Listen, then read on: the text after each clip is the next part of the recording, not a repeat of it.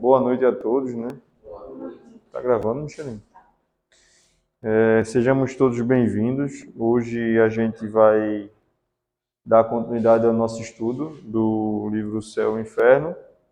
Hoje a gente finaliza o nosso capítulo 4, o capítulo intitulado O Inferno, né?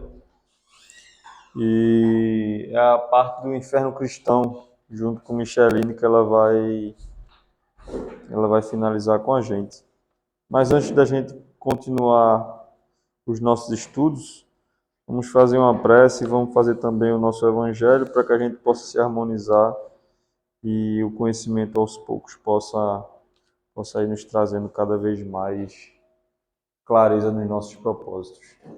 Deus de amor e bondade, misericórdia e poder, felizes estamos e agradecidos também de estarmos aqui mais uma vez, com a possibilidade de aprender, com a possibilidade de estudar, para que juntos possamos galgar e crescer no nosso caminho.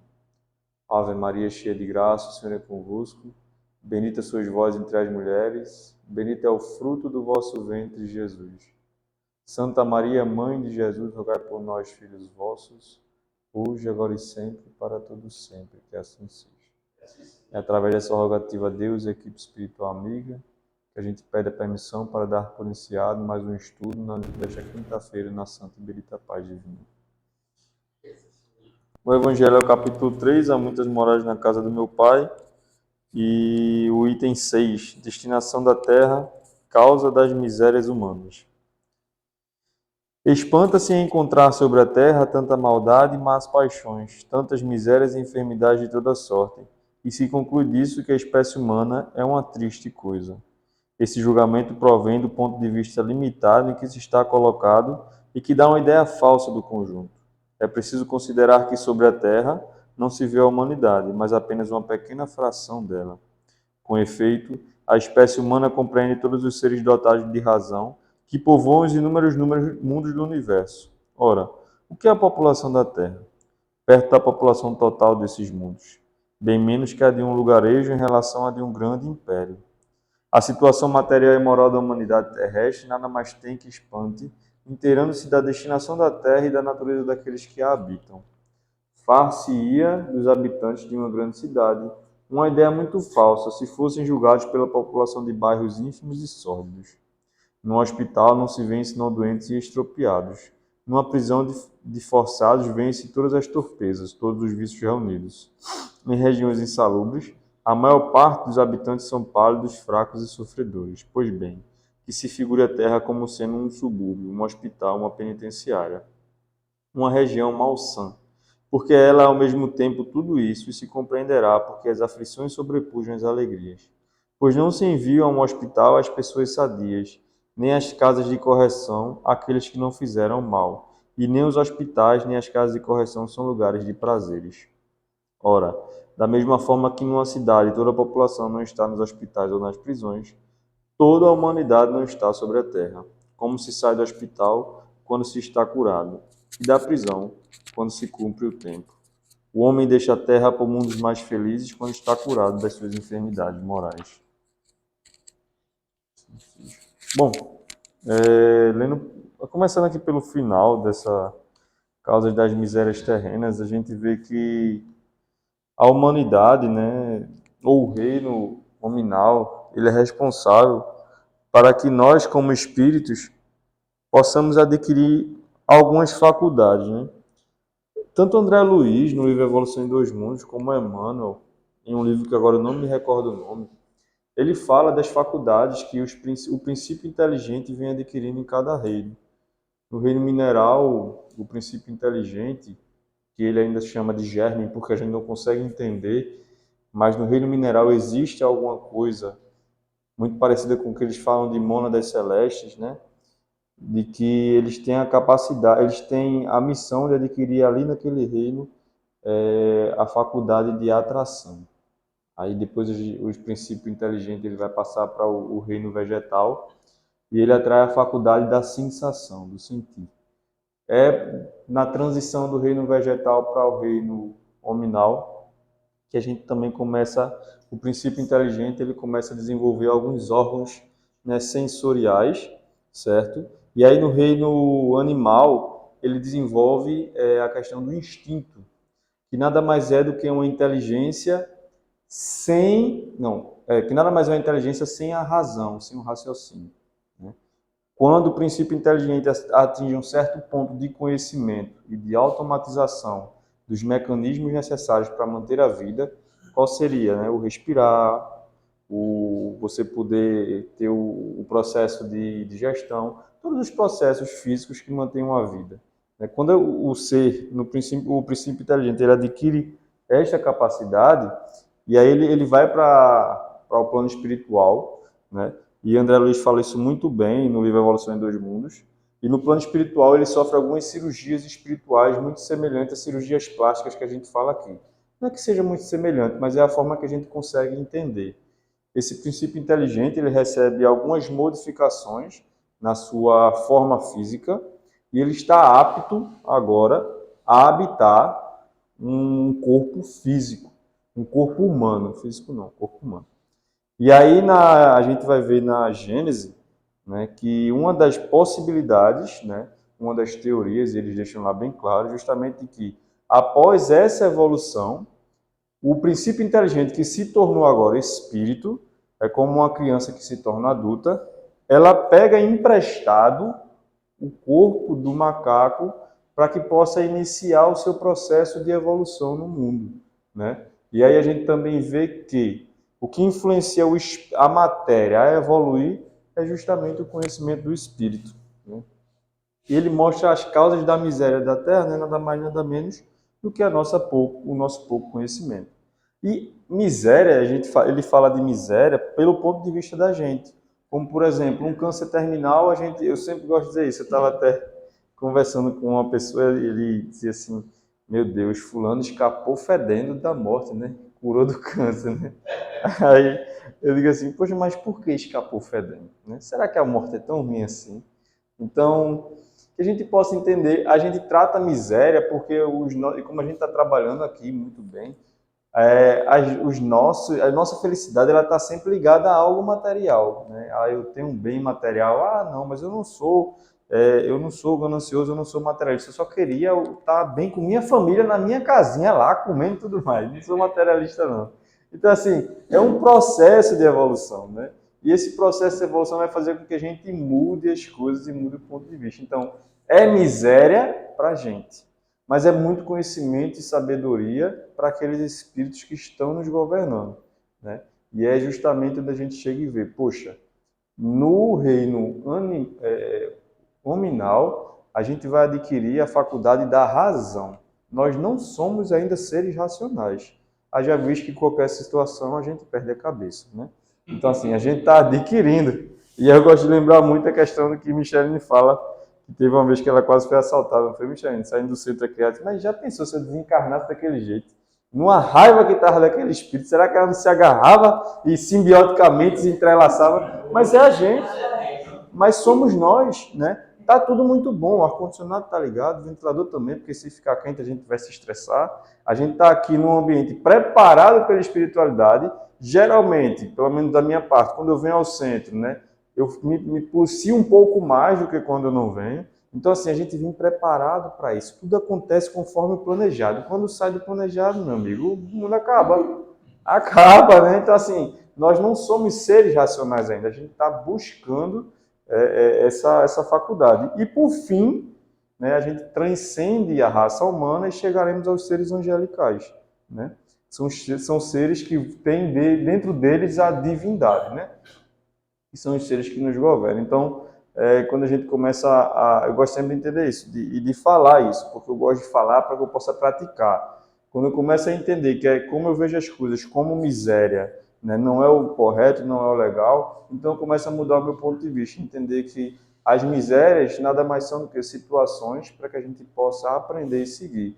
Basicamente, nós como seres pouco evoluídos, a gente se acomoda muito fácil com as coisas, né? Então, se está bom, para que mudar? Um time que está ganhando não se mexe, mas se mexe sim, porque senão o time começa a perder, né? Então, a nossa mentalidade ainda é essa, de que time que está ganhando não se mexe. Ou seja, eu só vou aprender através da porrada, eu só vou aprender através da dor. E é por isso que é tão importante estudar, no meu ponto de vista. Porque a gente abre, quando estuda, um novo leque. Eu vou estudar através do conhecimento, eu vou crescer através do conhecimento. E quando chegar a adversidades, eu vou saber fazer aquilo sem precisar primeiro apanhar e errar várias vezes para que eu possa chegar no local. E a gente muda na nossa cabeça justamente esse ponto. Eu não preciso sofrer para pagar as besteiras que eu fiz anteriormente. Eu posso ser útil, né? E eu sempre gosto de lembrar desse assunto, já finalizando, já estourei meu tempo, que é no livro Sexo e Obsessão de Divaldo, existe um padre lá, e ele abusava das crianças, né? Ele era pedófilo, né? E aí o padre, é uma história muito longa e o Manuel Filomeno Miranda ele sempre vai intercalando a vida do padre encarnado e quando ele consegue sair nos seus sonhos, né, de desdobramento para lá a região que é a cidade perversa, né, a cidade da perversão. E no final mostra que como é que o padre ele termina o trabalho. Ele começa a trabalhar ajudando justamente as crianças que precisam de ajuda. Então, é o que eu sempre digo, é muito mais vantajoso para Deus ou para Jesus, o governador da terra, que a gente pague o que a gente deve com trabalho, não em cima de uma cama, em um hospital ou da nossa. Né? Então, que a gente mude essa mentalidade, porque é a culpa que faz com que a gente chegue a esse ponto. Mas, Micheline, o microfone é todo seu e vamos embora. Boa noite, gente. Nós vamos, na terceira aula do inferno, a terceira e última, né? Sobre o inferno cristão, continuar com a ajuda de vocês, porque nós vamos ao inferno juntos. Não vou sozinha. E a gente termina hoje. Eu trouxe aqui algumas informações, tanto do livro Céu e Inferno, como o livro Ação e Reação e outras informações que a gente tem. E a gente vai ver junto, né? Para ir para onde é que eu vou? Cadê? Não quer passar?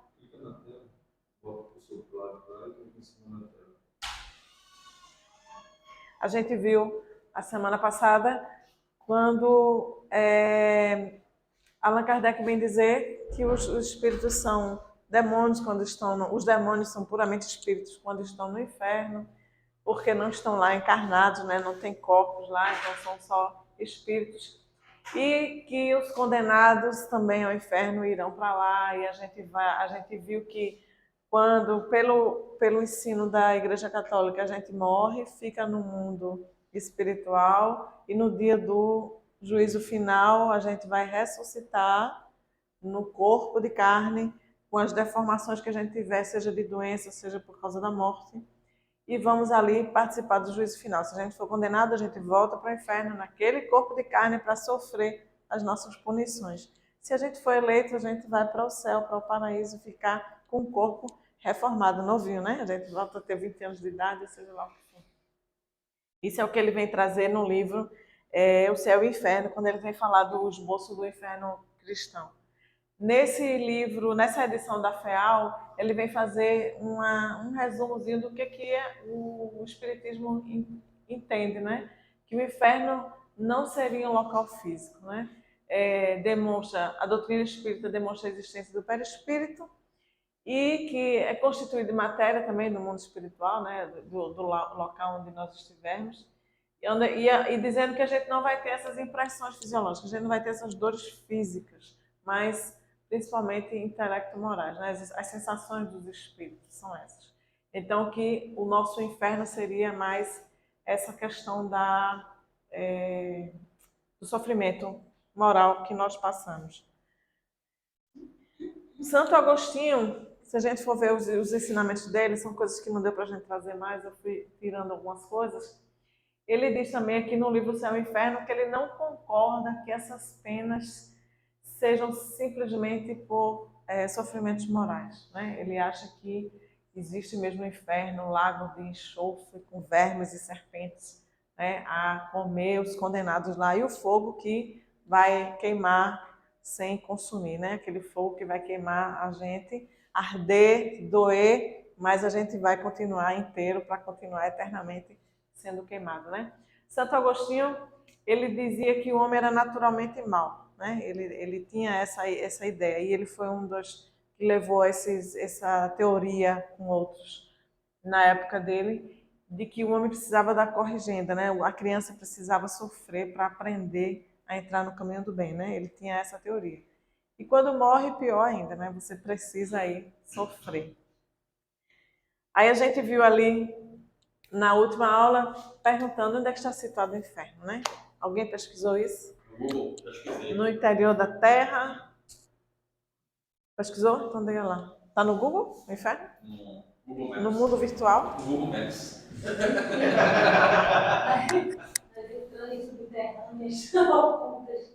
Gente, eu vi a gravação, eu ouvi a gravação, quando a gente fala no microfone fica muito melhor, tá? Então quem quiser falar, pode. Ninguém viu, achou o inferno? Não precisa não, fala muito. É para responder mesmo? É. Dei sorte. Aham. Eu estava estudando, a gente estudando sexta-feira, né? O livro Evolução em Dois Mundos. E, assim, o inferno, ele é como a gente sempre fala e rebate aqui, ele está no interior de cada um de nós. Mas por que isso, né? E André Luiz fala pra gente porque é aonde a gente vai se sentir não tão bem, né? Onde a gente vai estar lá, né? Nessa região, seja aqui encarnado, seja desencarnado, né? Em um local onde a gente de fato traz pra gente, vamos dizer assim, a gente está pagando as nossas penas, né? Então, o inferno, fala por segundo o nosso amigo André Luiz, a gente conseguiu circunscrever ele, sim. Existe um espaço físico, mas ele não é um local para todos nós, não é um local igual para todos nós, né? Ele varia de consciência para consciência. É basicamente. Acabou a aula. Acabou a aula, você já deu. Ele vem Assim, voltando à pergunta.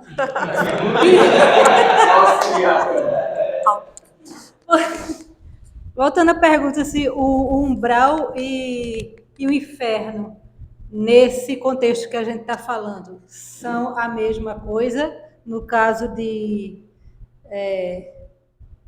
local mente? físico, mente. Vamos ver um pouquinho aqui na frente isso. Aí a gente vê se a gente respondeu isso, ou se fica mais dúvida, a gente conversa mais. Certo? Porque aí também, aí eu queria saber se, uma vez que a mente não é feito colônia, ou os mundos, os viajantes, né, os obreiros que visitam, eles também entrariam nessa sintonia mental para ir resgatar, visitar isso. Eu vou trazer aqui algumas informações, aí a gente vê se nós entendemos a mesma coisa, se o que eu entendi é a mesma coisa que vocês entendem com as coisas que a gente vem trazer aqui. Ele vem dizer que o que se pode afirmar é que é composto de elementos materiais, o inferno, mas um mundo sem sol, lua ou estrelas, e mais triste e inóspito e destituído de qualquer rudimento ou aspecto salutar. Então a gente imagina o lugar pior que existe na Terra, o inferno é pior. Ele vem dizer que sim, né? Que ele não se sabe o local. Emmanuel veio falar no livro Consolador, na pergunta 244, né, ele vem falar sobre as moradas que a gente, Kardec traz no Evangelho, né? Há muitas moradas na casa do meu pai. Então ele diz que pode ser dividida em três. Essa expressão, né, essa palavra, as moradas, a gente pode ver sobre três aspectos. Primeiro, os mundos que formam o universo, onde outras humanidades realizam a marcha evolutiva.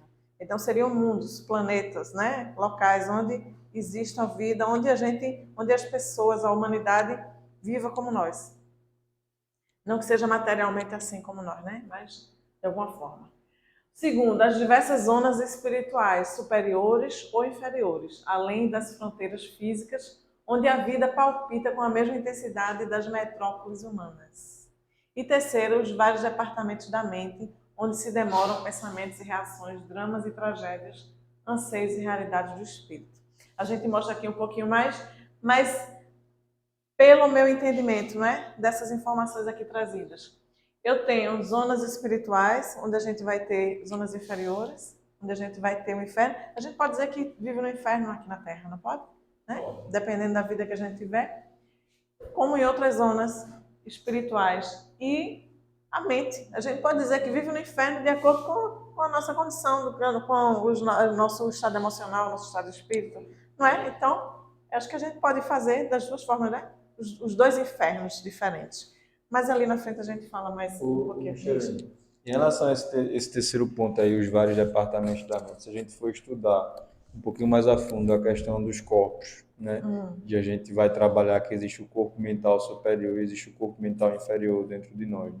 Aí existem algumas literaturas, né, bem interessantes que falam que muitas vezes ocorrem alguns desmembramentos desses corpos de forma subconsciente, né? E que, por exemplo, é comum não seja tão comum, né? Mas acontece na nossa vida o seguinte, por exemplo, uma pessoa desencarnou, né? E de alguma forma esse corpo, o corpo mental inferior dela, que a gente vai entender que é um corpo mais grosseiro, ela se destaca do seu conjunto corporal e ela vai para onde quer estar, né? Então, ao mesmo tempo de que ela está aqui com a gente, no seu conjunto corporal, o corpo mental inferior que faz parte dela está em outro local. Então ela começa a ter alguns problemas de fato mentais. E quem trabalha muito isso é o espírito Inácio Ferreira, né? Em que existem algumas equipes que são responsáveis por ir até o local onde está o corpo mental inferior, resgata aquele corpo mental e na espiritualidade existem processos cirúrgicos muito específicos para que possa retornar, né, a esse conjunto. E seria muito, eu acho que entra muito nessa questão assim, que é o desmembramento, né? E que torna a vida um inferno porque você começa a ter, não, a bicorporidade, e até que seja, porque o corpo mental inferior, ele às vezes se comunica como, e é a pessoa, né? Sim, sim. Mais desmembrado. Mas você está falando de encarnado? Não, desencarnado. E a gente pensando nesse lado, no encarnado também, uma pessoa muito má, dormindo, pode também fazer esse desmembramento e praticar o mal por aí, ou ir para essas zonas, esses departamentos da mente e se juntar com os desencarnados? Um dos benefícios do corpo físico, da encarnação, é justamente que para que você esteja encarnado é necessário essa agregação do conjunto corporal. Por exemplo, você vê os ovoides. Os ovoides, uma das suas soluções é justamente trazer ele para a encarnação, porque a encarnação vai fazer com que o seu campo mental comece a estimular a produção novamente e a formação do seu corpo espiritual, né? Mas eu falo corpo espiritual, não espírito. Então, assim, eu acredito, não posso responder com convicção, mas quando a gente desdobra, e Michelin desdobra muito melhor do que qualquer um aqui, Por isso que eu conheço o inferno, né? existe um processo seguinte, o corpo mental, o corpo espiritual da gente, ele fica localizado, onde é, Michelin? No cérebro. Na hipófise? Não. Semana que vem eu trago. E tem um vídeo bem legal.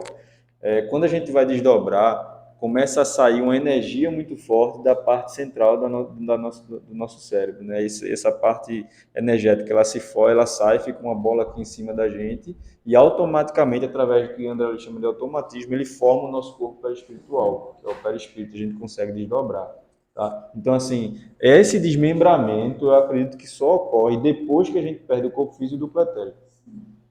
Nesse caso que você está, eu estou entendendo, que seria como a gente escuta mesmo, né? Esse corpo aqui é uma prisão. Sim. É uma prisão. Então ele não tem essa facilidade quando está desencarnado, né?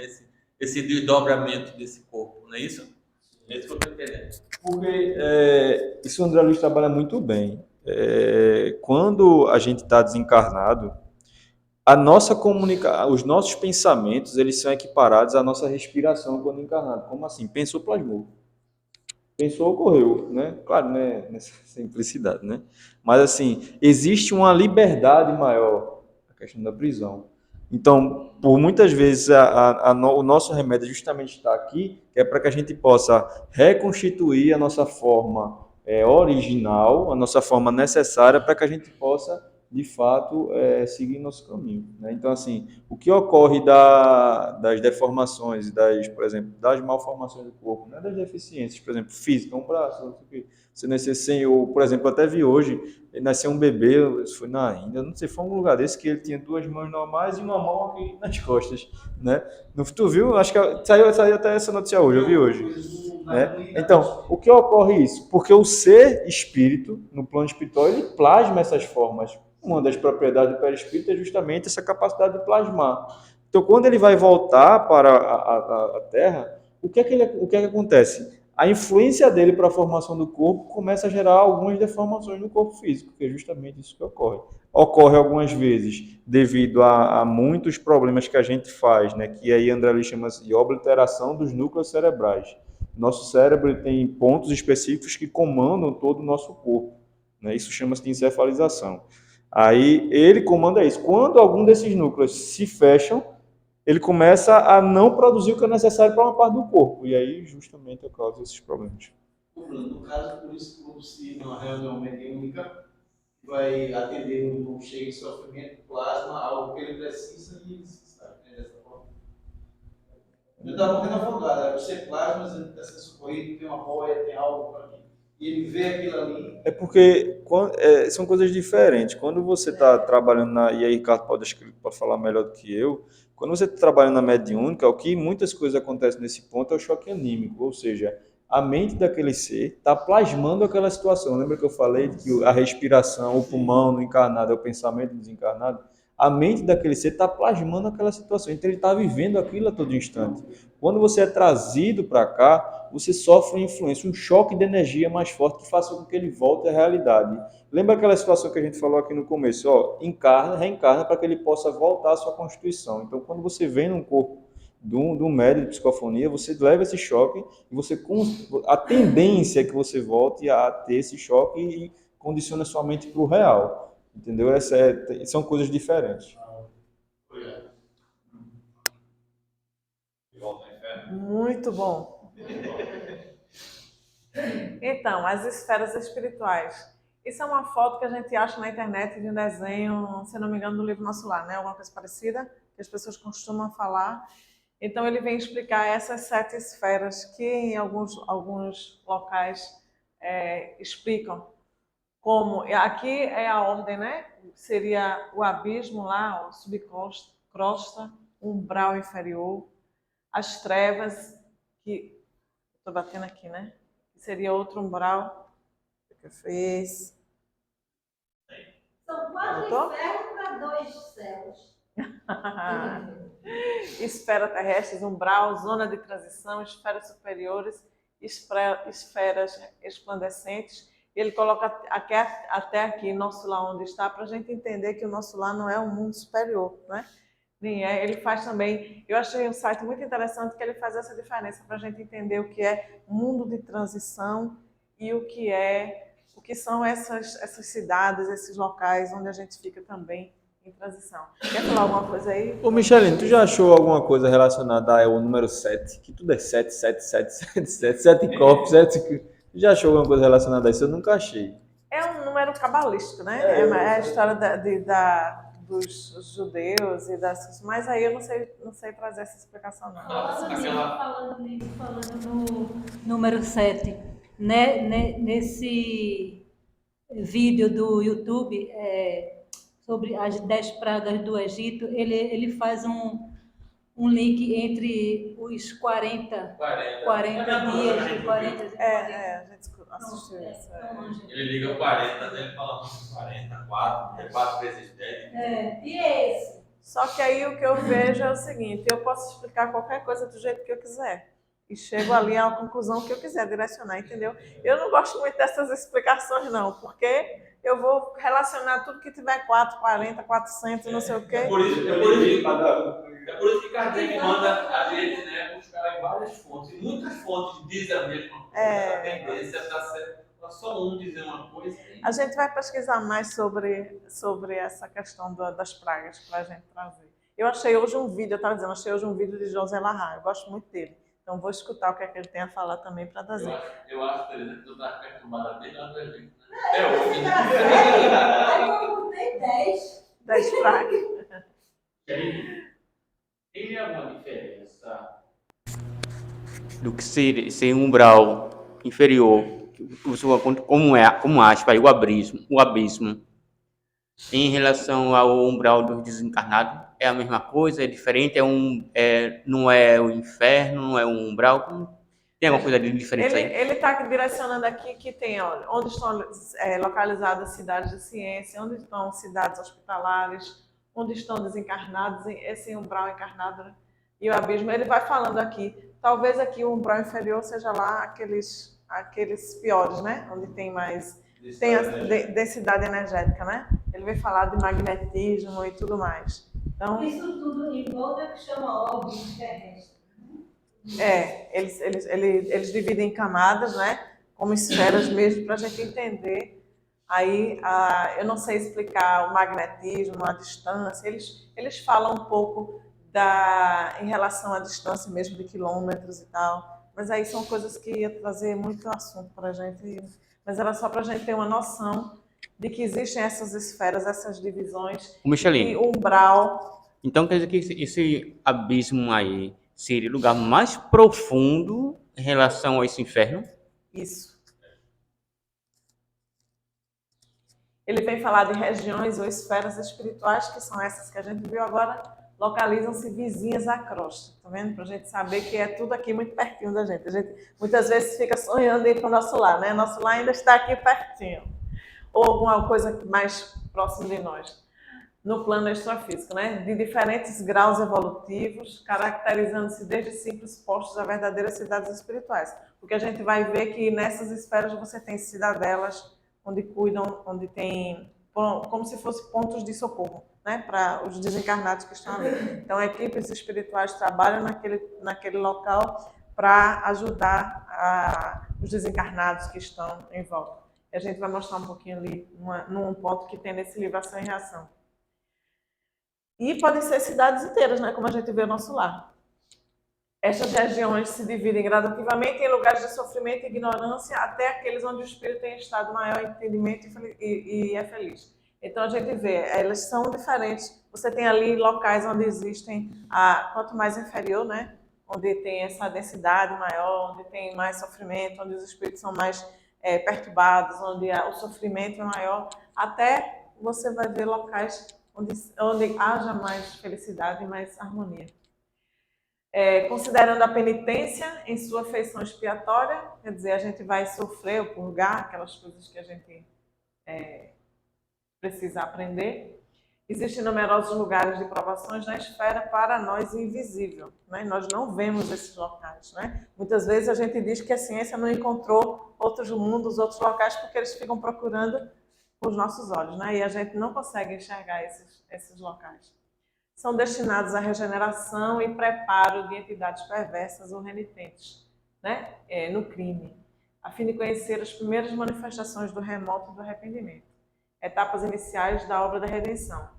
Estas fazem parte das chamadas zonas inferiores. Então, aqueles espíritos que são mais retinentes no mal, que ainda estão mais equivocados, que ainda estão mais ignorantes, né? No sentido de ter esse conhecimento, eles estão nessas zonas inferiores, porque ali o sofrimento vai fazer com que eles comecem a se arrepender, comecem a ter remorsos, comecem a querer não sofrer mais. De alguma forma, lá, nesse livro aí, Ação e Reação, é muito bom, ele vem dizer que não é Deus que está punindo ninguém, né? Mas é o próprio mal que está fazendo o trabalho de que ele consiga se enxergar o que fez, né? Começa a pensar, começa a refletir em algum momento lá na frente sobre as suas atitudes e o sofrimento que está trazendo. Porque eles vêm mostrar também que a gente vai para aqueles locais onde a gente é magnetizado, magneticamente, não sei, atraído, né? É o mesmo ambiente. É o mesmo ambiente que a gente... É um imã, né? Aí eu trouxe aqui 3 slides que não são meus, tem lá na frente o site onde estava ele, mas é exatamente eles explicando esse campo magnético da Terra, onde eles dividem para a gente entender melhor.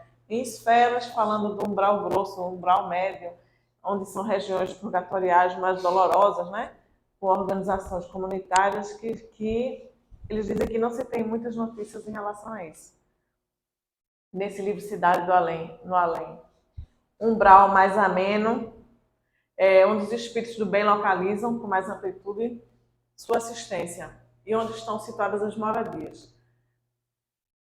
A Mansão Paz, que é um local onde André Luiz passa 3 anos com Hilário, fazendo estudos e entendendo como é que se acontece, ele fica mostrando onde é que fica, também situada nas regiões inferiores, né? Ele vem fazer E uma terceira esfera aí que ele chama onde estão abrigos necessitados de reencarnação. Abriga espíritos, como o nosso lar, né? Onde a gente já vai lá preparado para isso. Essa mansão paz que André Luiz ficou, foi de onde ele saiu para os obreiros da... Uma região inferior, onde ele foi trabalhar, estudar, entender. Ele comparou a mansão com um mosteiro até na Suíça. Ele diz que lá ela é envolta na neve, né? Nas colinas lá. Um lugar bem hostil. E na mansão da paz, você vê sombra, um ambiente muito pesado. Você vê, ele diz que a terra treme, até a casa treme, mas eles têm muita segurança e tudo mais.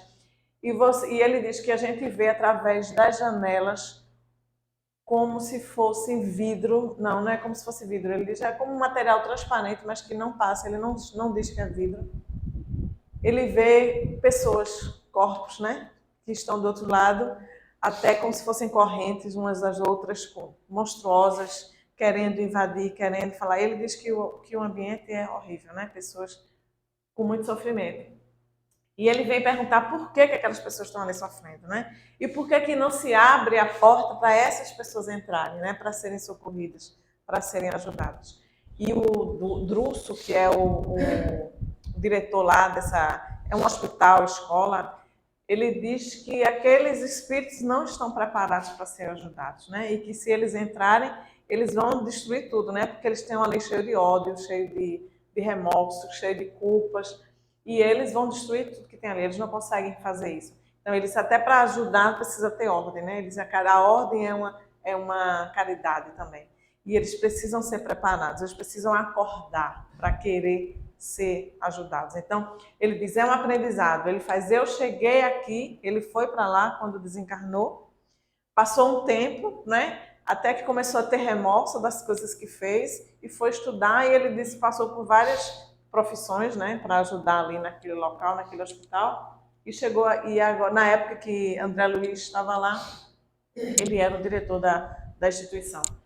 E ele sentia muita dor com aquelas pessoas que estavam lá fora, né, com aqueles espíritos que estavam lá fora, mas ele sabia que tudo tinha o seu tempo certo, né, para que eles possam ser ajudados. E eles estavam ali para trabalhar, para ajudar. Ali era um posto de transição, onde espíritos iriam estudar, aprender, se melhorar, que é um hospital, e a partir dali começar a trabalhar e reencarnar, inclusive, né, para trabalhar, para ajudar.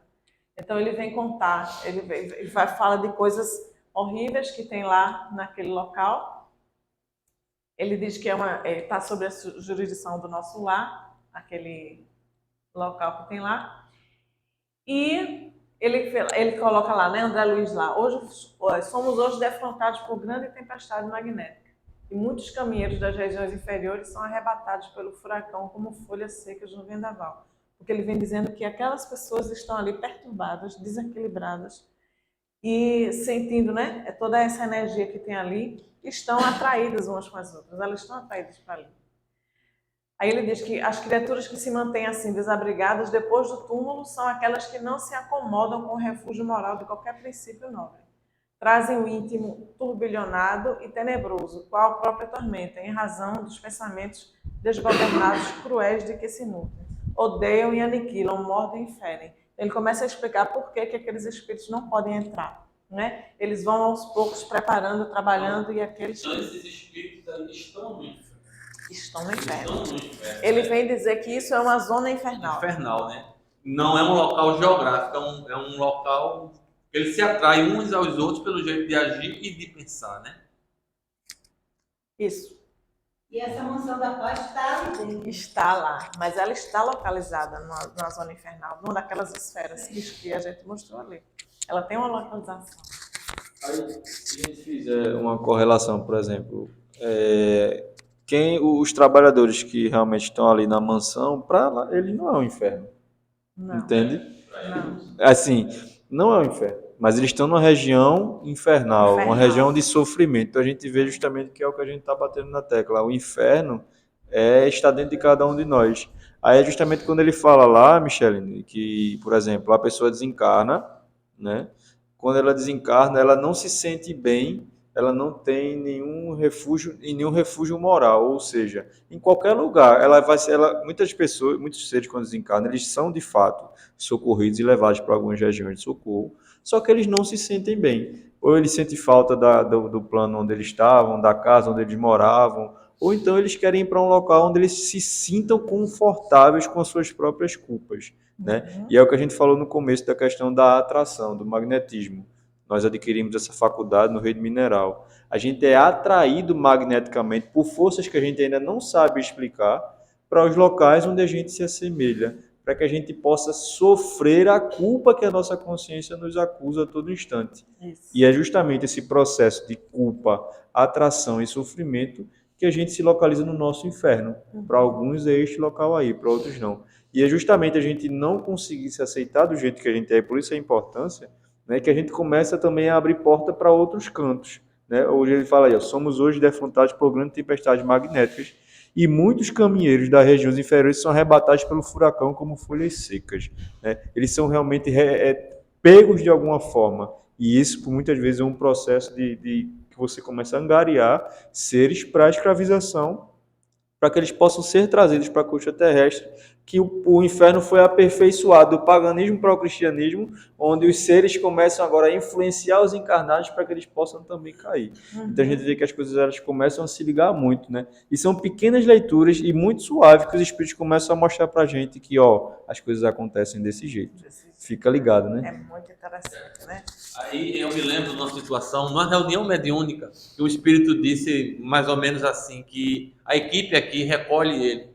Ele fica internado no hospital aqui, mas ele disse que é uma força tão irresistível que ele disse que quando, vamos dizer assim, quando fecha os olhos e abre, ele está junto daquela pessoa bebendo.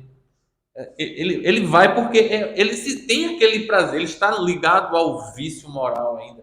Então ele entende que precisa melhorar, ele sabe que é socorrido, mas é uma força magnética, ele diz que é irresistível.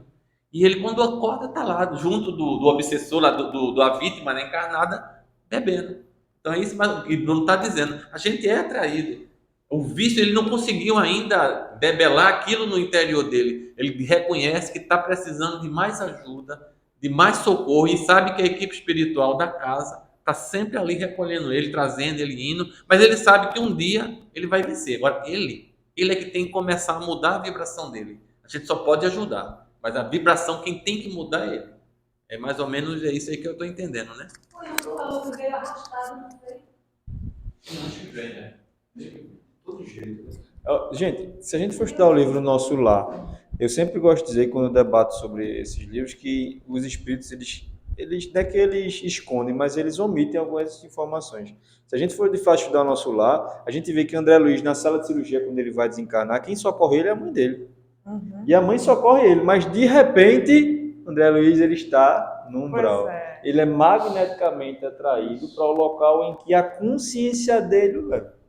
Então, assim, se a gente for de fato, porque eu digo, quando a gente vai estudar, não é deitar na cama de dormir e ler o livro, não. É botar a bundinha em cima da cadeira, marcar e pesquisar o que vai falando e ver se aquelas sequências são lógicas. Porque de alguma maneira a gente vai achar algumas sequências que elas não são lógicas da forma que são. Existem informações que ainda não são permitidas, não eram permitidas de serem trazidas por nós, mas que se a gente for ligando as coisas, a gente começa a interpretar de uma forma diferente.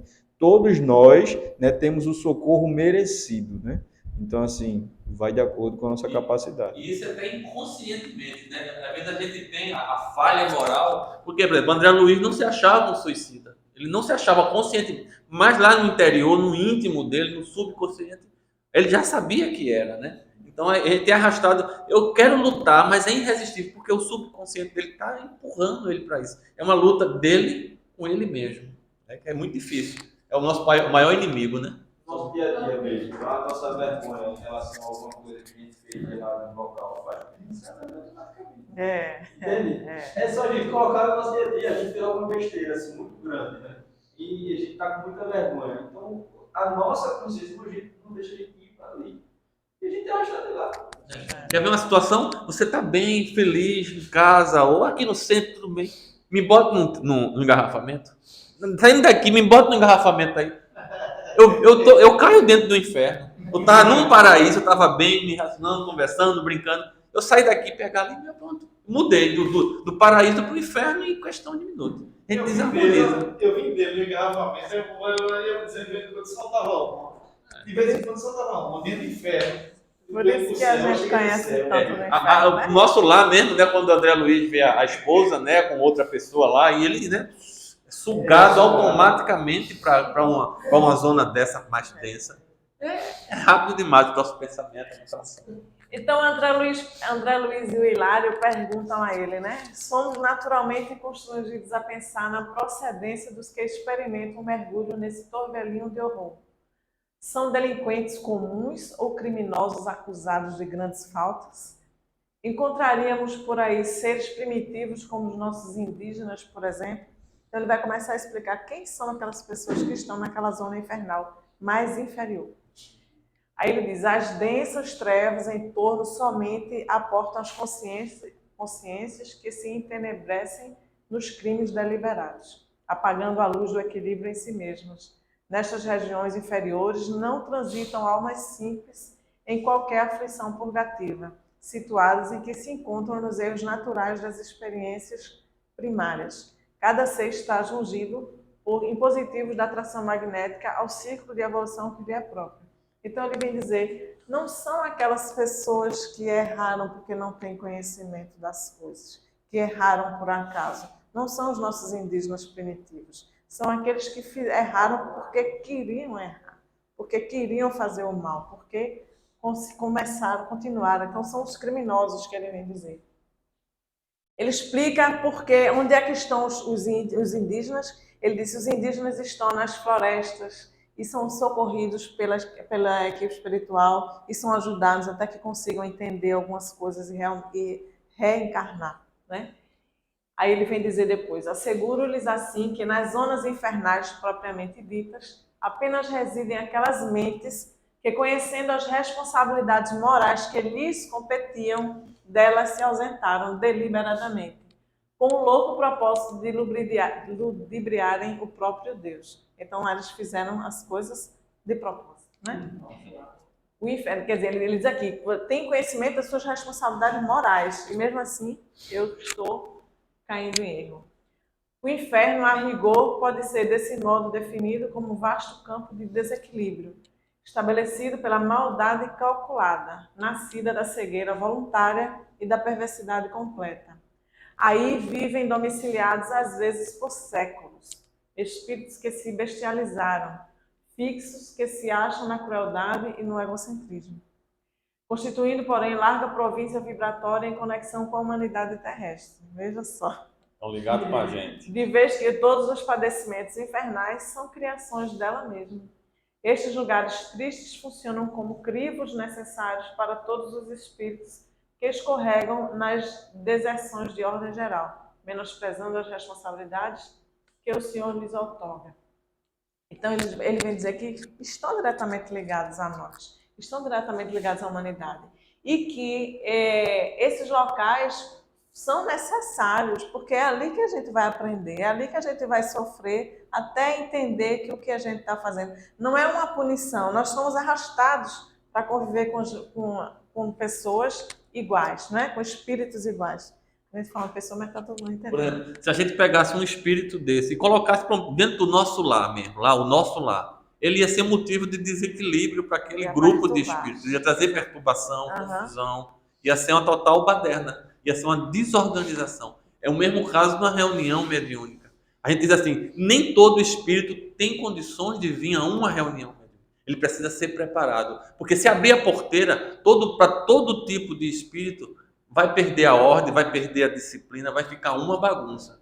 Aí você vai dizer, então esses espíritos não podem ser assistidos. Pode não, eles são assistidos, mas num ambiente adequado, para quando eles tiverem condições magnéticas, emocionais, seja lá o que for, Aí ele vai ser conduzido para uma reunião mediúnica, ali vai receber o choque anímico, vai receber dentro da necessidade dele algum tipo de doutrinação, algum tipo de esclarecimento, porque muitos deles vêm só por choque anímico.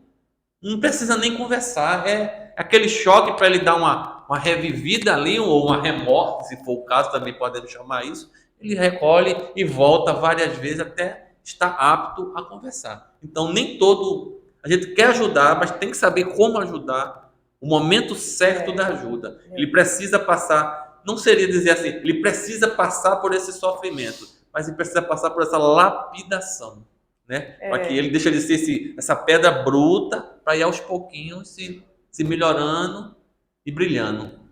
Nessa frase,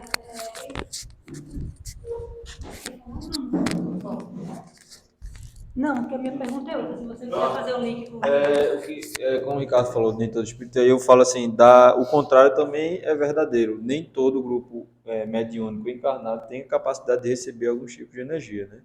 Da mesma forma que alguns grupos de trabalhos mediúnicos, eles são direcionados a alguns tipos de espírito, de qualidade, né? Diferente, exatamente. E isso também vai muito do nosso conhecimento. Uhum. Quanto mais conhecimento intelectual e moral a gente tiver, maior é a capacidade que a gente tem de perceber energeticamente os espíritos também mais grosseiros e socorrer. Porque não adianta a gente entrar em contato com espíritos muito mais grosseiros se a gente não tem preparo para isso. Vai desorganizar completamente as nossas ordens físicas e os fluidos espirituais também, né? E é por isso que a gente sempre trabalha nessa tecla do conhecimento. A gente conhecer o que existe faz com que a gente abra campo mental para perceber aquilo que a gente não saberia, né? E eu gosto sempre de exemplificar. Teve uma vez que a gente estava trabalhando o livro Mecanismos da Mediunidade. Nas sextas-feiras a gente tem um grupo de estudo que trabalha os livros de André. E até tem uma médium, eu não vou citar o nome dela porque eu não sei se ela permite aqui, né? Mas ela trabalha aqui na casa e a gente começou a trabalhar essas questões e a gente foi trabalhar um pouco sobre a questão dos seres, dos espíritos que não são mais humanos, que transcenderam essa forma humana, né? E acho que 2, 3 semanas depois desse trabalho, por ironia do destino, eu estava trabalhando com ela na absorção na quarta-feira e ela recebeu um espírito pela primeira vez, né, que não era de ordem humana, era uma ordem que transcendia e que parecia uma energia que controlava uma coisa muito viajada. Então, liga muito o que o Ricardo falou. Nem todos têm a condição de vir e da mesma forma que nem toda equipe tem a condição de receber. Pois é. Veja que essa casa onde eles estão, ela existe há 300 anos, existia na época que André Luiz fez essa visita, escreveu. Já existia há 300 anos, tinha sido preparada para esse socorro. Esse dirigente estava lá há 50 anos, aprendendo, trabalhando, até conseguir entender, fora o que ele já tinha passado depois de que desencarnou, para aprender e entender tudo que estava se passando. E ele, acho que assim, você que sai dali, você consegue entender tudo que está se passando à volta, né? E você talvez seja mais preparado, né? Mas ali eles vão trabalhar, vão reencarnar. Até que no final do livro eles contam que ele reencarna e tal, alguma coisa assim. Mas ele é preparado para aquilo, né? Preparado para trabalhar naquele local. Com relação, eu vi essa frase, espíritos que se bestializaram, né? E Bruno falou agora alguma coisa sobre a mudança da forma humana. No caso, há alguns relatos que eu já li sobre de espíritos que estão no umbral, eles dizem que vêm monstros, tipo assim, criaturas bestiais, desfiguradas, não sei o que, não sei o que.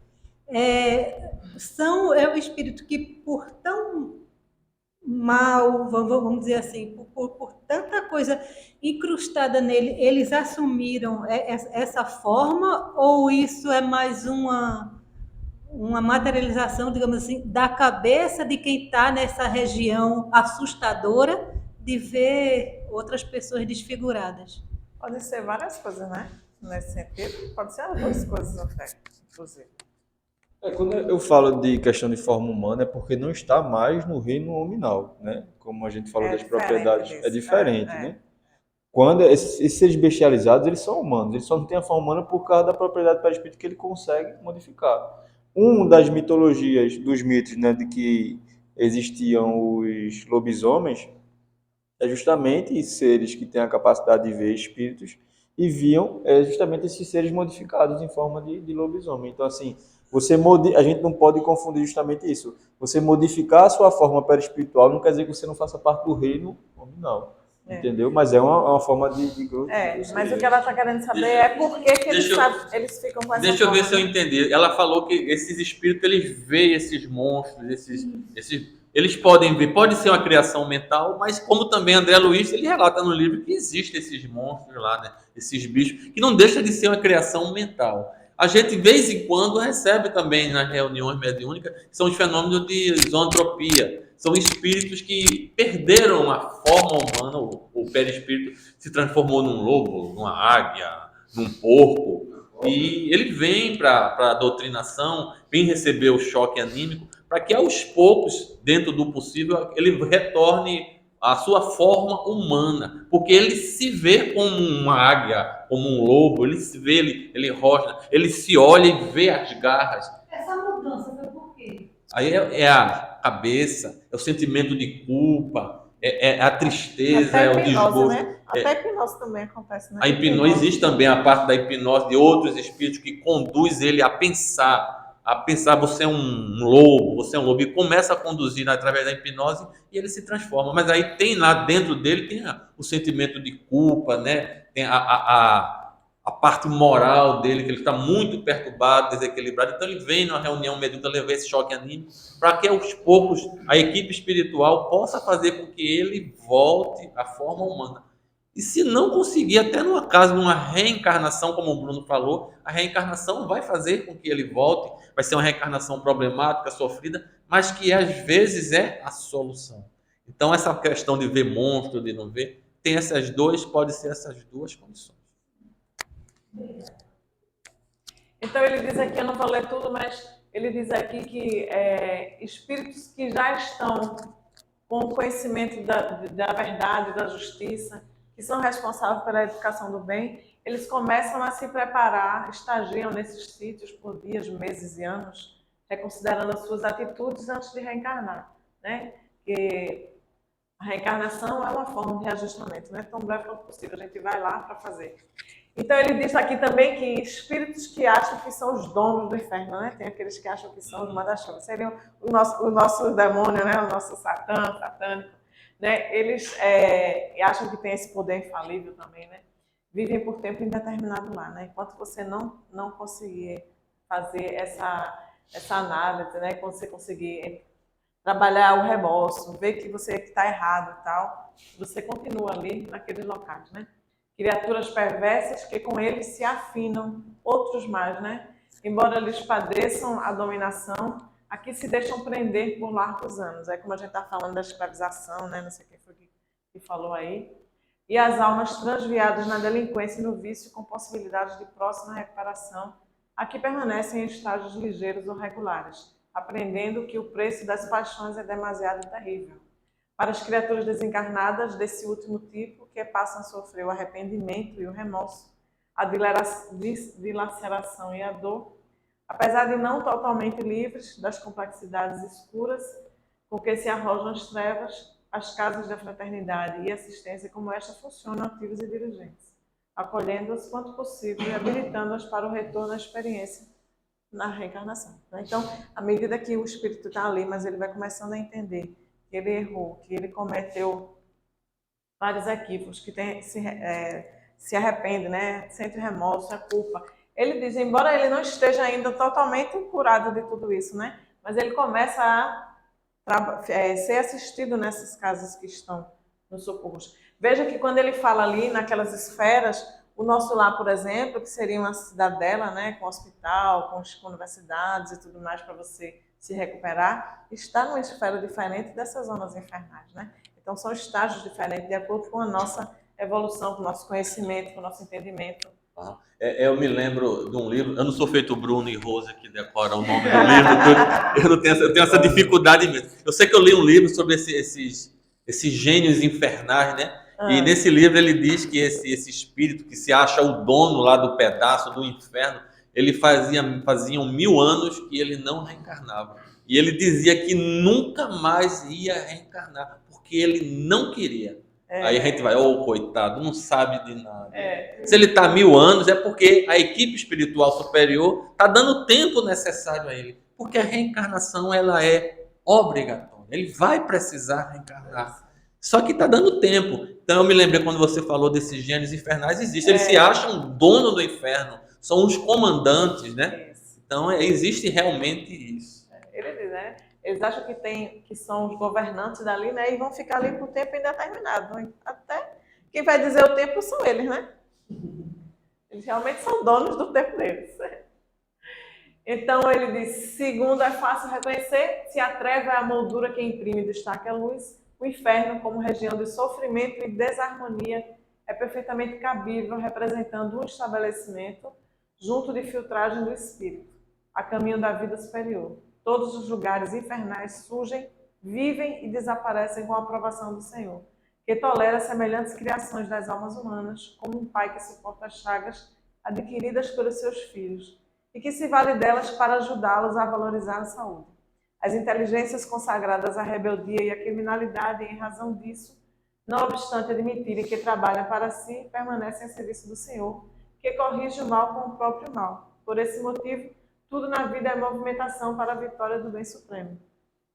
Então ele vem dizer aqui que esses locais de estabelecimento, esses estabelecimentos, né, de filtragem do espírito, onde a gente vai estagiar, onde a gente vai se melhorar, existem. Eles são por aprovação de Deus, né? Deus permite que isso aconteça e tudo a gente sabe que tudo é lei natural, né? Como a gente conhece esse entendimento, e que nós estamos ali passando por esses estágios, né? Nós estamos em hospitais, estamos em escolas, estamos aprendendo, e que Deus usa o próprio mal para fazer esse trabalho, né? Porque as pessoas estão ali juntas sofrendo as penas das consequências do que fizeram, e é esse mesmo sofrimento que vai fazer com que ela um dia diga: não, eu não aguento mais, né? Eu quero sair daqui, como é que eu vou fazer? Aí lembra que Deus existe e vão passar para estágios diferentes. Voltando para o livro Céu e Inferno, ele vem falar que alguns santos visitaram o inferno. Foi tu, Tereza? Se fosse lá, foi. Foi. Então, alguns santos, eles tiveram a oportunidade de conhecer o inferno por sonhos, né? Eles dizem isso. O desdobramento. Não que foram lá, né? Mas eles dizem que sonharam com isso. Então, tem a história de Santa Teresa, que ela diz que entrou, né? Foi visitar o inferno e chega lá, a gente vê esse relato no livro O Céu e o Inferno. E ela está andando por locais, né? Ruas escuras, fedidas. Imagina que a época deviam ser todas, né? Mas ela acha que o inferno era assim. E que ela se vê num local, num cubículo, né? Imediatamente ela nem sabe como é que entrou naquele local, mas é um local onde ela fica agachada, nem pode levantar, nem pode sentar, nem pode fazer nada e nem tem como sair dali, né? E depois ela começa a ver que as paredes começam a apertar e a sofrer. Ela tinha passado por prisão também, né? Tinha sofrido. Então ela diz que ali é pior do que a sensação que ela tinha quando esteve presa em vida, né? Então é uma visão do inferno. Ele vem dizer que alguns santos da Igreja Católica vêm trazer essa visão do inferno, embora eles não detalhem tão bem essas visões. Outros viram o inferno também, outros santos.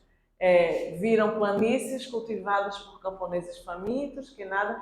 Então eles veem assim, pessoas que estão trabalhando, tentando cultivar a planta ou a sua comida, não conseguem fazer com que essa planta cresça, essa comida cresça, e ficam com fome, são miseráveis, começam a se atacar uns aos outros, desaparecem e novamente aparecem ali fazendo as mesmas coisas, né? Tentando fazer. Parece então, o sertão, né? O pessoal do sertão aqui que planta e morre tudo, e é o inferno. É o inferno. É o inferno, pregando necessidade, ver a família passando necessidade. Então eles veem, né? Cada um que conta uma história diferente que vê do inferno, né? Que viu desses sonhos que tiveram do inferno. Então, poços secos, florestas gemebundas, desertos de gelo, são coisas de torturas, né? Eles colocam ali que vem torturas que foram feitas com suas próprias mãos, né? São torturados. São visões que os anjos vêm trazer do inferno. Então, esse é o inferno cristão. A gente vê que muitas vezes são culpas ou medos que eles têm e vão se ver ali, né? Aí ele vem falar de demônios. Existem demônios que se materializam, né? Que trazem formas horrorosas. Ele vem falar asas de morcegos. A gente vê imagens de demônios horrorosas por aí, né? Cada uma pior que a outra. Eu morria de medo de olhar a minha Bíblia com figurinha, porque tinha lá o desenho do capeta. Eu não gostava de ver. Nunca fui ler o juízo final, né? Nunca fui ler lá, porque eu sabia que o danado estava lá. Eu não vou olhar aquela parte da Bíblia, não. Mas exatamente para trazer aquele medo, né? Para a gente ter o medo da morte, para a gente ter medo de errar, para a gente ter o medo do pecado, para a gente ter medo de desobedecer à igreja, né? Então, era essa a ideia, trazer esses seres monstruosos realmente para fazer medo para a população. E que, comer carne humana, prender, fazer torturas, enfim. O inferno cristão é terrível, né? E aqui ele vem falar do milagre da ressurreição, porque com a Igreja Católica a gente viu que você morre, vai para o mundo espiritual, fica lá dormindo em berço esplêndido, no dia do juízo final você é ressuscitado, né? Aí ele vem dizer aqui que Deus faz um milagre, faz 2 milagres. Primeiro a ressurreição. Então ele traz a gente, então se eu morri com câncer no estômago, eu estou aqui morrendo de dor, o estômago acabado, velhinha, eu vou ressuscitar com aquele mesmo corpo que eu estava, com câncer, com dor no estômago, velhinha, decrépita, né? Então eu vou ressuscitar assim no dia do juízo final. E vamos dizer que eu cometi um crime, ou seja lá qual for o meu pecado, eu vou ser condenado ao inferno. Então eu vou para o inferno com aquele corpo sofrido, com as dores do estômago, e vou pagar a minha penitência, né? Que vai ser queimar no fogo, vai ser comer coisas para sentir o estômago queimando, seja lá qual for a minha penitência, eu vou sentir assim. E aqueles eleitos vão ressuscitar num corpo perfeito para ir viver em berço esplêndido no paraíso. Então ele diz que primeiro Deus faz esse milagre, né? E o segundo milagre, que é a virtude de subsistirem sem se dissolverem numa fornalha que se volatilizariam os próprios metais. Que se diga que a alma é o seu próprio algoz, que Deus não a persegue e apenas a abandona no estado infeliz por ela escolhido. Então ele diz assim, eu morri, Deus me esqueceu para lá, né, no inferno, não lembra mais que eu existo, eu não tenho a possibilidade de me redimir dos meus erros, dos meus pecados.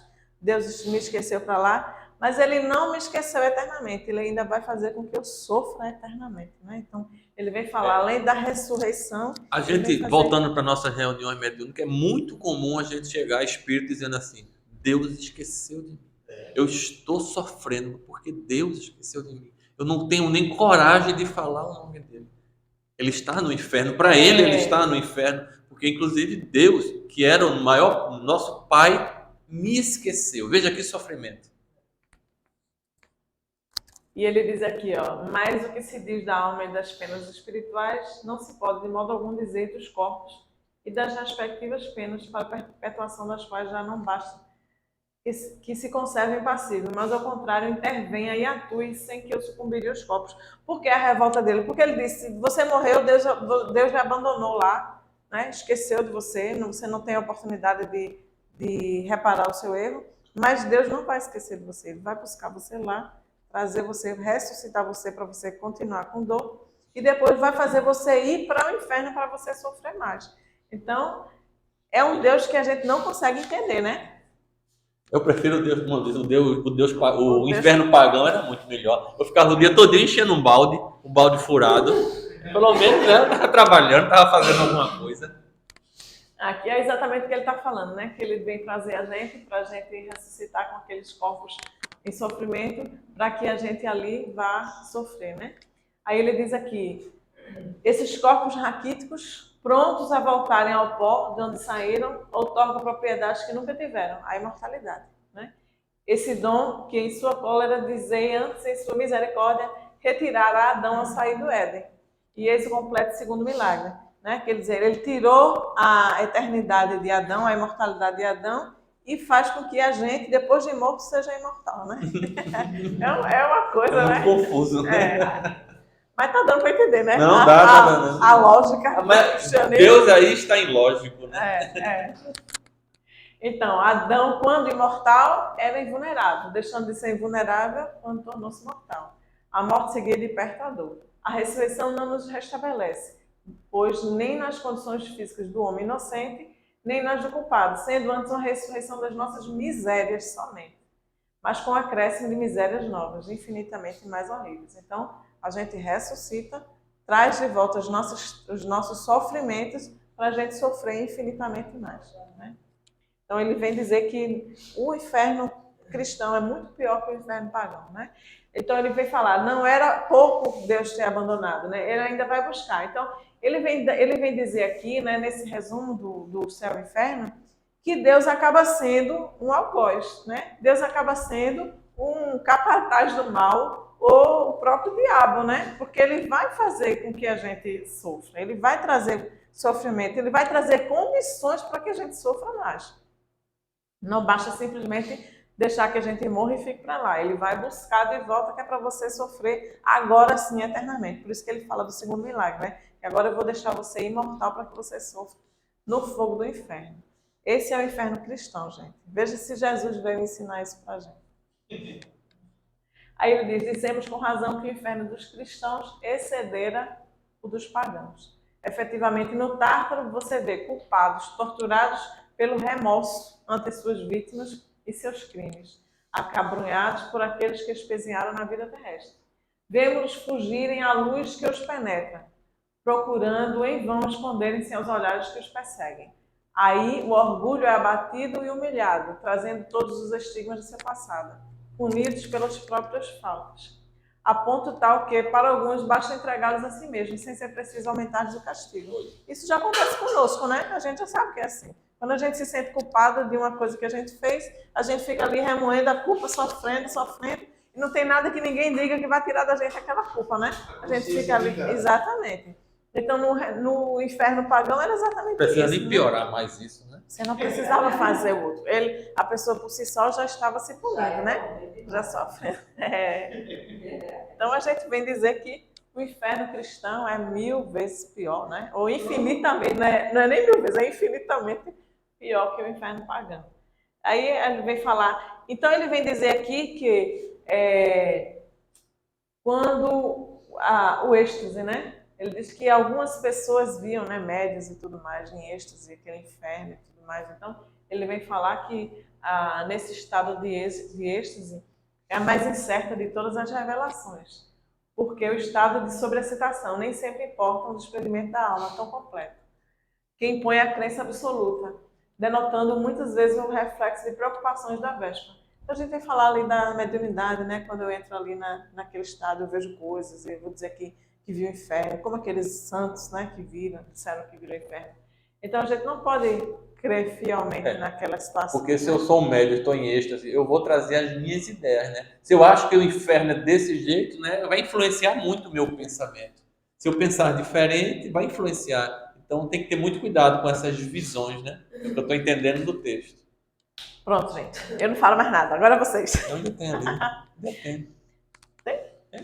Não, aquilo ali eu não vou falar. Mas aí, ó, tem mais assunto. Não, aquilo ali é o que eu tinha cortado, o pecado original, de não sei o quê, mas aí em outra oportunidade a gente fala sobre essas coisas.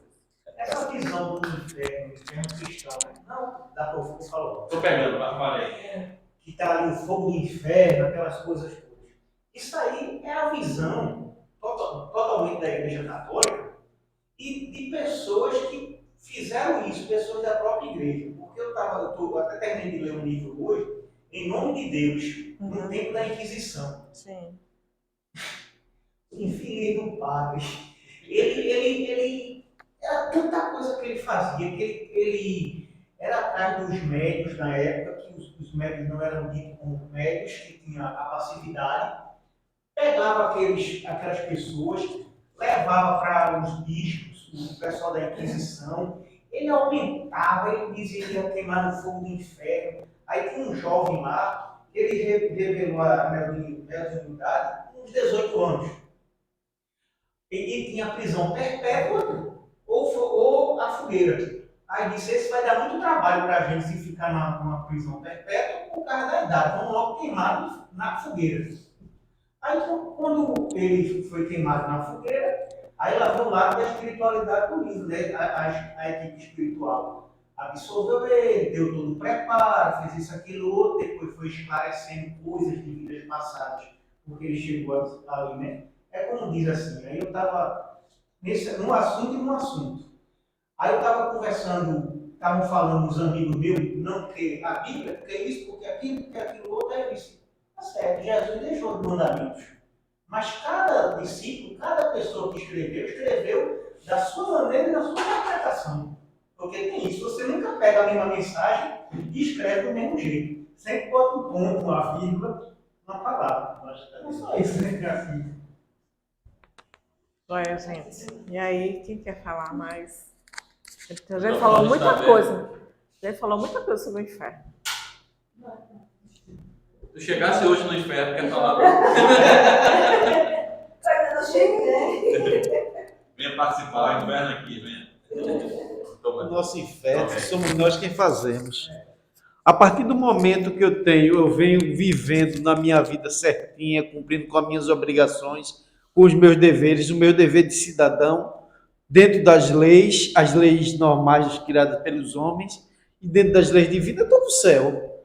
Mas a partir do momento que eu infringir uma lei humana que vá correr o risco de me levar à prisão, pronto, aí eu saí do céu para o inferno. A partir do momento que você comete qualquer tipo de delito, qualquer crime, aí você vai passar a ser perseguido pela justiça, pela polícia. E pela sua consciência. E pela sua consciência, porque se você sabe que não poderia, não deveria ter cometido o crime. Uhum. Aí você diz, eita, agora o que eu descobri. Porque a diferença entre céu e inferno. Eu tenho dito isso a muitas pessoas, que dizem, rapaz, o inferno é o seu céu. E o seu inferno, você que vai fazer. Se você vem numa condição X, de em paz, você está no céu. Agora, a partir do momento que você sai dessa condição e passa a viver perseguindo ou perseguindo alguém, aí você entra no inferno. E mais, gente? O que vocês entenderam daquela divisão cadê? Mundo. Aqui. Os mundos, as zonas espirituais e os vários departamentos da mente. A gente não pode dividir o inferno aí nesses 3 locais, ou dessas 3 formas, ou ao mesmo tempo, né? Tudo junto e misturado. Tudo junto e misturado. É. Porque a gente viu que existem as zonas espirituais, as zonas infernais, e que eu vou estar nela dependendo da minha condição, né? Tanto moral como ética. Vou eu bater aqui de novo. Como a mente, né, que faz com que me leva ali, me arrasta para lá, né? É meu estado moral, me arrasta. Aí trazendo para nós aqui espírita, né? Olha e escolha para onde é que você quer ir quando desencarnar. Para a gente acordar, né? Para a gente não pensar somente que é uma figura alegórica, né? Que a gente não vai, né? Você pode não ir, se você não cometeu muitos erros, pode não ir para aquela zona pior, infernal, mas vai para outras, né? Não vamos pensar que vai ser o nosso lar, não. Para que ele falasse, então você percebe que eu acho que eu passei por aí um dia. Eu ficava querendo muito estar não voltar mais para a Terra, mas aí quando eu comecei a pensar, digo, tu pode ir para um lugar pior. Então, eu disse, não, Senhor, pelo menos para a Terra me manda de volta. Eu pensamento, eu quero voltar para a Terra. Ir para um lugar pior, meu Deus do céu. Imagina, né? E aí? Não é? Azul, lindo, maravilhoso. Aqui Terra, já né? pode ser um paraíso. E vai haver, né? Pelo que a gente vê, Sim. vai haver exilados da Terra, né? Já tem, né? Já tem. Já tem gente que não está mais reencarnando. Já tem, continua aí. Continua aí. Chico Xavier fala que os espíritos falava, né? Tá mais aqui. Ele diz que os espíritos exilados daqui eles estão indo para um espírito chamado exoplaneta, né? São planetas com características físicas muito semelhantes à da Terra, só com dimensões muito grandes. Aí, algum tempo atrás, a ciência detectou a existência dos exoplanetas bem perto aí. Não é bem perto, né? Mas que dá para a gente percebê-los sim. Uma outra questão também é que a gente vai aos poucos colonizar o nosso universo, né? Nós não habitaremos apenas a Terra. Um dos próximos passos que a gente vai dar é para a Lua, né? E aí Chico Xavier fala que quando a gente descobrir que existe água na Lua, vão ter alguns elementos que a gente vai conseguir constituir outras formas de matéria e colonizar a Lua, que é o próximo passo para que a gente possa entrar em contato com civilizações também mais avançadas. Então, é bem legal, acho que fazendo aí já com o gancho com o período de transição que a gente está, para o próximo capítulo semana que vem, a gente perder isso aqui que a gente tem hoje seria de fato o nosso inferno.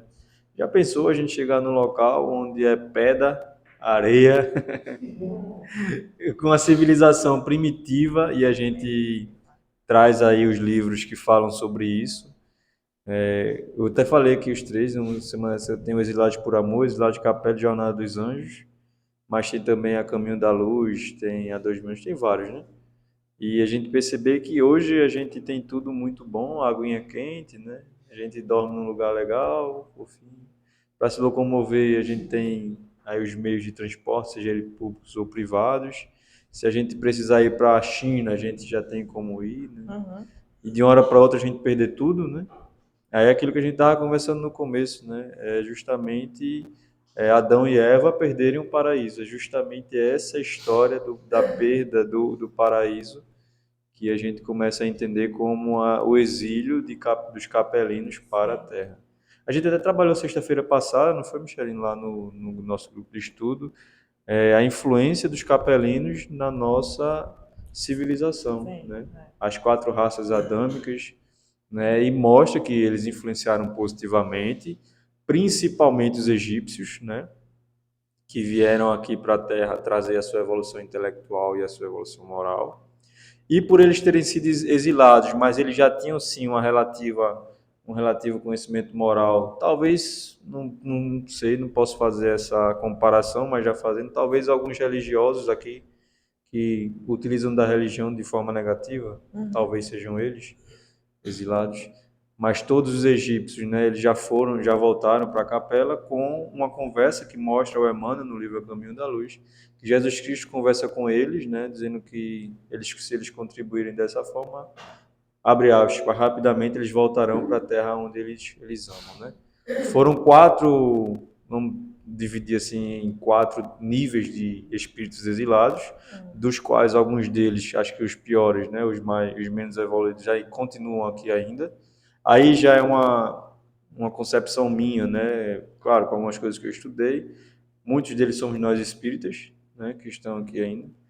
Que pintamos e bordamos aí, passando por todas as partes do inferno pagão, né? Elaboramos aí o inferno cristão, com toda certeza. Não só fundamos, como participamos, executamos e hoje estamos aqui. Então, toda vez que a gente vai falar sobre essa questão, a gente, porque a igreja é isso, porque a igreja é aquilo. Eu disse, calma lá, campeão. Baixa a bola que foi a gente, né? Eu gostei de dizer, sim, não ofendendo ninguém não, pelo menos se não foi vocês, eu estava lá, né, presente. É porque quando a gente vai estudando a literatura, a gente vai ver que são coisas assim que, meu Deus, como isso faz sentido na minha vida, né? Então, assim, e aí já fazendo um gancho justamente com o capítulo 5 do Purgatório, aproximadamente no meio do século VI, né? Como eu sempre falo, a nossa sociedade ela vai evoluindo, né? Nós, como seres, vamos evoluindo, a gente vai se questionando cada vez mais. A filosofia está aí para isso, para provocar.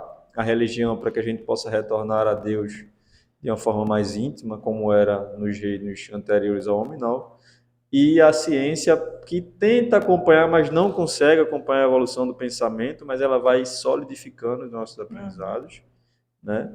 E aí a gente vê que chega um tempo aí, aproximadamente 550, 600 anos após a vinda de Cristo, que a história do inferno e do céu não mais se sustentava na igreja, né?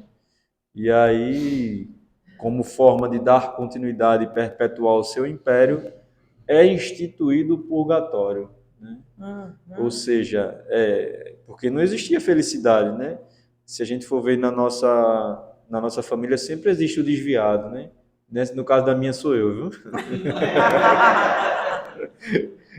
No caso da minha sou eu. Eu sou o desviado, eu sou o estranho.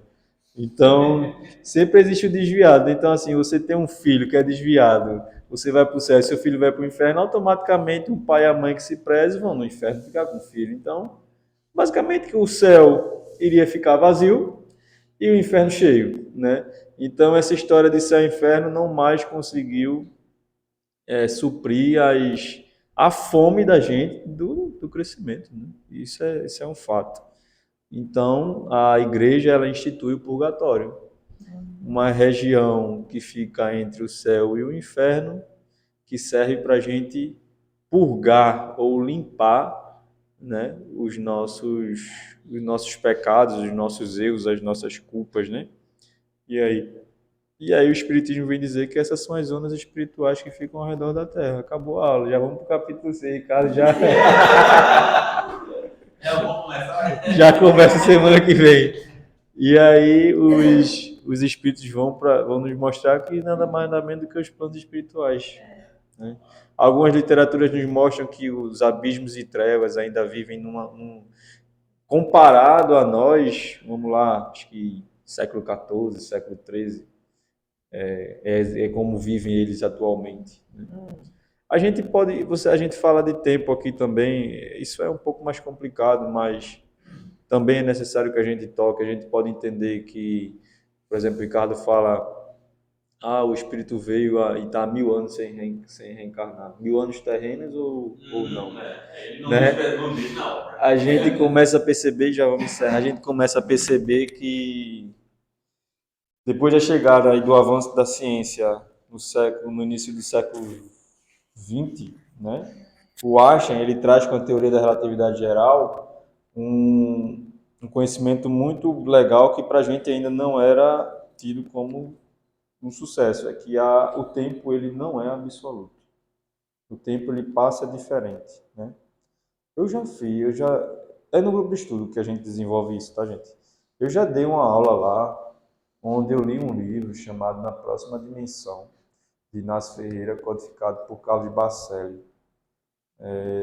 E o Inácio Ferreira, junto com o Odilon Fernandes e outros amigos dele, vão para nosso lar.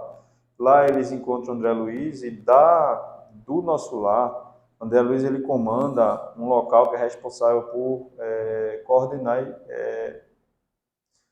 viagens para o universo, né? Para os diversos pontos do planeta, né? E aí, tanto o Inácio Ferreira como o Odilon Fernandes, eles vão para essa viagem, né?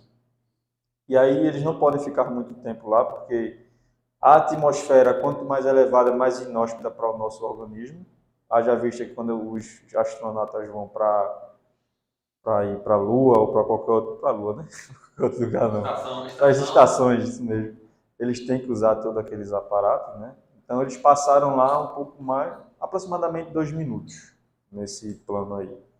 Quando o Inácio volta com o Odilon, ele se encontra com o André Luiz, ele tem uma surpresa. E nosso lar haviam passado 20 minutos. E aí, Inácio Ferreira, curioso, disse assim, na Terra, quanto tempo passou? Aí disse, 2 horas. Então a gente vê que existe uma relação de tempo, de que não é entendida por nós, mas que existe muita literatura que fala disso.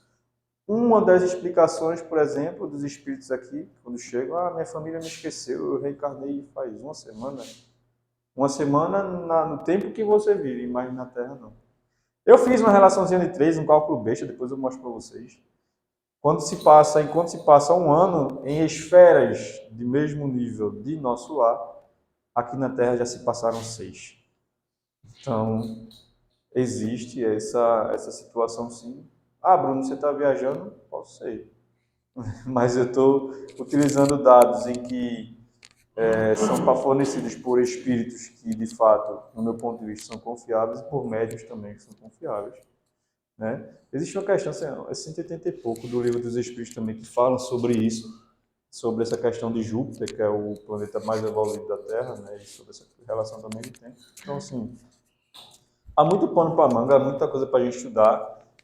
A viagem do lado da ciência a gente vai fazer quando a gente estudar a Gênesis. Aí é um livro que é mais pesado para a gente entender. Tô fora. Tá nada, tá dentrinho, filho. A Gênesis é muito complexa. Tá dentrinho. Então, assim, Deixa eu acrescentar, você falou dos exoplanetas. exoplaneta. Exoplanetas, né? Que tem nós que estamos sendo degradados. A gente hoje aqui na Terra, a gente fala dos exilados de Capela. Sim. Já imaginou lá nesses exoplanetas, né? Os exilados da Terra? Vamos ser nós. Quem quer estar nesse livro? Ninguém quer, né? A gente pode ser, acho que a gente possa ser a civilização egípcia, né? É, de lá. É legal, sabe, né? Não? Veja. Então, gente, é isso. Eu acho que é um convite. Convidem as pessoas também a participar daqui. É um estudo muito rico, né? E eu, como sempre falo, diferente dos outros estudos aqui da casa, a gente tem tempo para debater. Não é nada muito apertado, porque tem outro trabalho. Então, é um benefício que se tem. Convido também vocês para os estudos da sexta-feira, certo? A gente estuda as obras de André Luiz, às 8 horas da noite. Esse estudo ele é online, tá? Então, fica um pouco mais fácil, né? E mesmo assim, quem não pode, está gravado também. A gente já estudou o mecanismo da mediunidade. Estamos partindo aí para o finalzinho da Evolução em Dois Mundos e depois a gente vai para Ação e Reação, né? Que é muito legal também. E lá dá para a gente abordar um pouco mais de ciência, mais pesadinho, né? Porque são livros mais voltados para isso. E a parte que eu gosto também. Eu gosto muito da parte científica e filosófica. Da parte religiosa, eu confesso que eu sou um pouco ateu. É brincadeira, mas eu sou mais fã desses outros lados, em que a gente excita a nossa mente a questionar. Bom, saímos do inferno, vamos entrar no purgatório. Nas próximas 2 semanas, a gente vai para o purgatório. Quem vai estar aqui direcionando ela sou eu, né? E depois capítulo 6 com o Ricardo. Nossa amiga Tereza, com a nossa prece final, né, Tereza?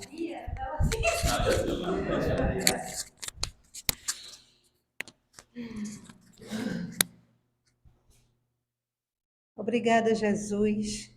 Obrigada a toda a espiritualidade amiga que esteve aqui presente em mais um estudo do livro Céu e o Inferno.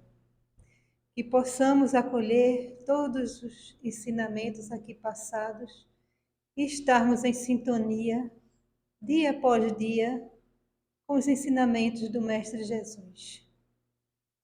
Que possamos voltar aos nossos lares na tua santa paz, Mestre. Pai nosso que estás no céu, santificado seja o vosso nome. Venha a nós o vosso reino, seja feita a vossa vontade, assim na terra como no céu.